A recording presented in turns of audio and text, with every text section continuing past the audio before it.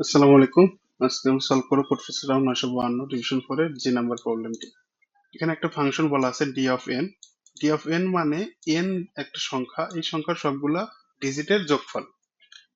এখন আমাকে বলতে হবে 10 টু দি পাওয়ার এল থেকে 10 টু দি পাওয়ার আর এর ছোট কতগুলা সংখ্যা আছে যাদের D of K into N equal to K into D of N সমান হয়। মানে কে এর সাথে ওই এন এর গুণ করে সবগুলো ডিজিটের যোগফল এবং আগেই ডিজিটের যোগফল করে কে দ্বারা গুণ করলে সমান হয়, এরকম সবগুলো এন এর সংখ্যা আমাদের 10⁹+7 মোডে প্রকাশ করতে হবে। এখানে হচ্ছে দুইটা অবজারভেশন আছে। একটা হচ্ছে কে এর মান যদি আমার 9 থেকে বড় হয় তাহলে হচ্ছে পসিবল না, কোনো অ্যান্সার অ্যান্সার 0 হবে। আর হচ্ছে আরেকটা অবজারভেশন হচ্ছে যদি কোনো ডিজিট এর সাথে মনে করেন এন এর কোনো একটা ডিজিটের সাথে কে গুণ করলে 10 এর বড় অথবা সমান হয় তাহলে হচ্ছে পসিবল না। ওকে, আমরা হচ্ছে একটু দেখি। মনে করেন কে 10 ধরলাম, সবচেয়ে ছোটটাই দিয়ে দেখি। এখানে তিনটা ডিজিট আছে, মনে করেন একটা সংখ্যা এন 3 ডিজিটের, যেটার সাম হচ্ছে এস। ঠিক আছে, তাহলে 10 দ্বারা গুণ করলে আমার কত হবে? এস ইন্টু 10 সাম হবে।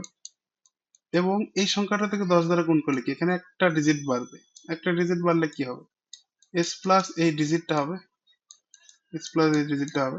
এখানে সর্বোচ্চ কি মানে কতই বসতে পারে? 9ই বসতে পারে। কিন্তু 9 তো বসবে না, মানে 10 যেহেতু মানে 0 বসবে। তাহলে এস প্লাস 0 এখানে এসে থাকবে, এটা অলরেডি 10 গুণ হয়ে যাচ্ছে। কিন্তু 11 দ্বারা গুণ করলে তখন এটা 11 গুণ হবে। এখানে সাপোজ হচ্ছে 9ই বসতে পারে বা সর্বোচ্চ 9ই বসলো, তাহলে এস প্লাস 9 হবে আর এটা হবে এস ইন্টু 11 এরকম। এটা এস এর মান 1 ধরলেও কত হয়? প্লাস 9 ইকুয়াল টু 10 হয়, এটা হয় 11। মানে সর্বোচ্চ বড় হবে 10-এর জন্যই আমার বড় হচ্ছে। এরপরে যে সংখ্যাই ধরি না কেন মানে এইটা বড় হবে।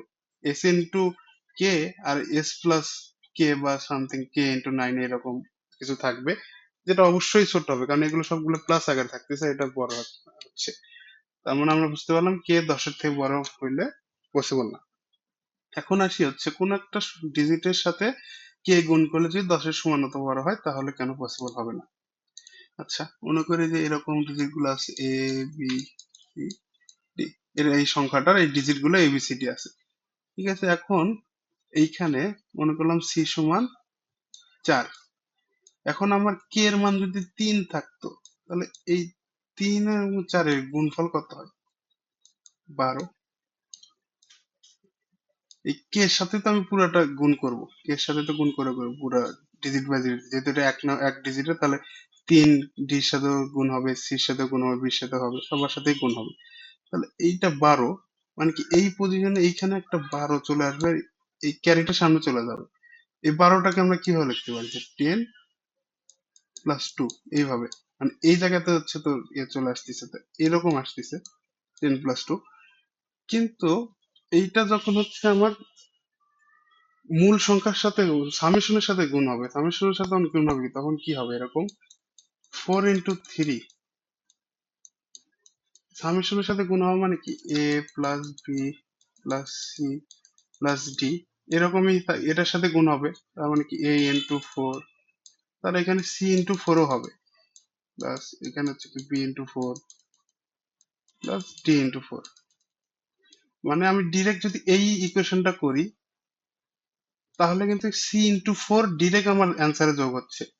কিন্তু এইটা যদি করি, এইটা করলে কি আমার 12 আসতেছে, 12 হলে কি আমার এইভাবে 1 প্লাস 2 এইভাবে যোগ হচ্ছে, কারণ এই এই বরাবর আমার 2 থাকতেছে না, আর এই 1টা তো হচ্ছে এইখানে এই বির সাথে এই কে এর গুণ করে ওটা যোগ হবে, মানে এটা তো হচ্ছে 12 ডিরেক্ট গুণ যোগ হচ্ছে না, 1 প্লাস 2 এইভাবে যোগ হচ্ছে। তার মানে আমরা বুঝতে পারলাম যে এই মানটা অবশ্যই বেড়ে যাবে, এই সি ইন্টু 4 বা সি ইন্টু কে এটা অবশ্যই বেড়ে যাবে। তাহলে ডিজিটের গুণ, আর যদি 10-এর ছোট হয় মনে করেন 9ও হয়, তার মানে কি এখানেও 9 থাকবে, এখানেও 9 থাকবে, আর এই সি ইন্টু কেও তো 9ই থাকলো, মানে দুটো সেম থাকবে, তাহলে সেম ভাবেই যাবে। তাহলে আমরা বুঝতে পারলাম যে কোন একটা ডি যদি আমার D into k, D into k যদি আমার গ্রেটার দেন ইকুয়াল টু 10 হয় তাহলে সেটা পসিবল না। তার মানে 10 বাই কে এই ডিজিট গুলো দিয়েই হচ্ছে পসিবল। টেন টেন বাই যদি আমি হচ্ছে 3 করি, 10/3 করলে কি হবে? 10/3 করলে হচ্ছে আমার 3, মানে আমরা সিল যদি করি তাহলে হবে 4, তাহলে 4 না সরি 3, 10/3 করলে হবে 3, তাহলে 0 1 2 3 এইগুলো দিয়েই হচ্ছে আমার পসিবল।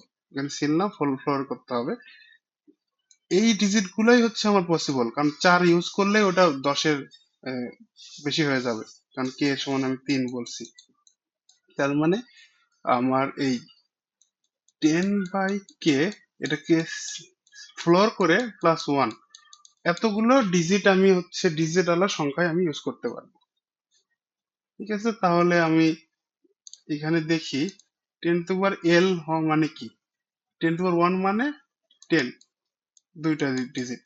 10^2 মানে 100, তিনটা ডিজিট এরকম, মানে তিনটা ডিজিট ছোট। তাহলে 10^l যদি হয় 1 থেকে, তাহলে এরকম দুইটা ডিজিট নেই, দুইটা ডিজিটে কি আমি বলছি যে 10/k করলে যতগুলো ডিজিট ঠিক ততগুলোই পসিবল, মানে 0 1 2 এভাবে। এটা যদি আমার হচ্ছে 3 হয় তাহলে 3 পর্যন্ত পসিবল না, এখানে সেই কম্বিনেশন গুলোই বসবে।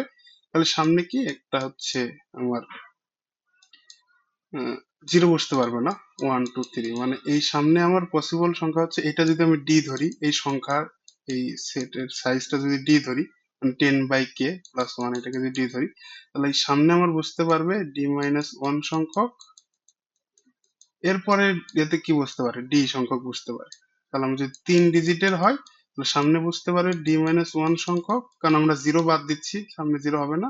এখানে ডি সংখ্যক বুঝতে পারে, জিরো বুঝতে পারে, তার মানে ডি স্কোয়ার।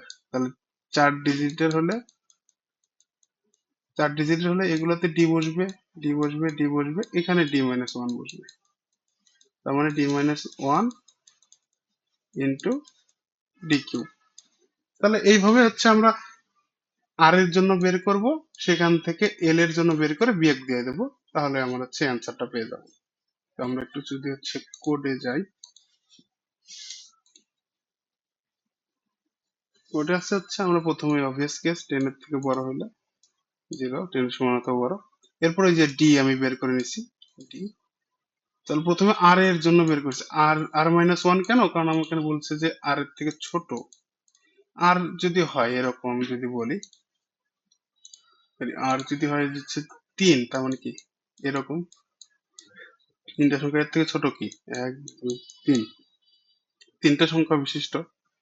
তো আমি হচ্ছে এখানে বলতেছি যে হচ্ছে তিনটা সংখ্যা বিশিষ্ট হইলে আমার কি হবে, এইটা তো আমার হচ্ছে প্রথমটা অকুপাই, তাহলে হচ্ছে একটা হবে এরকম 2 সংখ্যার বিশিষ্ট, একটা হবে 3 সংখ্যা বিশিষ্ট, একটা হবে, তাহলেই তো হচ্ছে এই 10 এত হচ্ছে ছোট হয়। তাহলে এইখানে আমি কি বসতে পারি, ডি, ডি, এখানে ডি, আর এগুলো তো সব d-1, এই দুটা, মানে এটা হবে কি ডি প্লাস ডি স্কোয়ার, আর পুরোটার সাথে d-1 গুণ আকারে আছে। তো এরকম। তো আমি হচ্ছে এই ফাংশনটাতে ওইটাই করছি যে d⁻1 plus d⁻2 plus d⁻3 d⁻r-1 পর্যন্ত নিছি, এভাবে নিয়ে এটা হচ্ছে আমি এখানে নিয়ে বসছি। তো এখানে হচ্ছে একটা সামনে কি x⁻1 থেকে x⁻r, এই ফাংশনটা হচ্ছে আমাকে রিটার্ন করবে। এটার সূত্র আছে একটা, x⁻1 থেকে x⁻r এর সূত্র হচ্ছে x⁻r+1 -1 ডিভাইড বাই x-1, এই সূত্র। তো ওই সূত্র হচ্ছে আমরা ক্যালকুলেট করছি, এখানে প্রথমে বিগ মড মানে বাইনারি এক্সপ্লেনেশন দিয়ে করছি, নিচ্ছে এটা। এখানে ইনভার্স মডুলো ইউজ করা হয়েছে, এটা যারা হচ্ছে জানেন না একটু শিখে নেবেন যে ডিরেক্ট আমরা ভাগ করতে পারি না, ইনভার্স মডুলাস ইউজ করতে হয়। তারপরে ও আচ্ছা, এইটা মূলত x⁻0 থেকে x⁻r, এটা আমি ভুল লিখছি।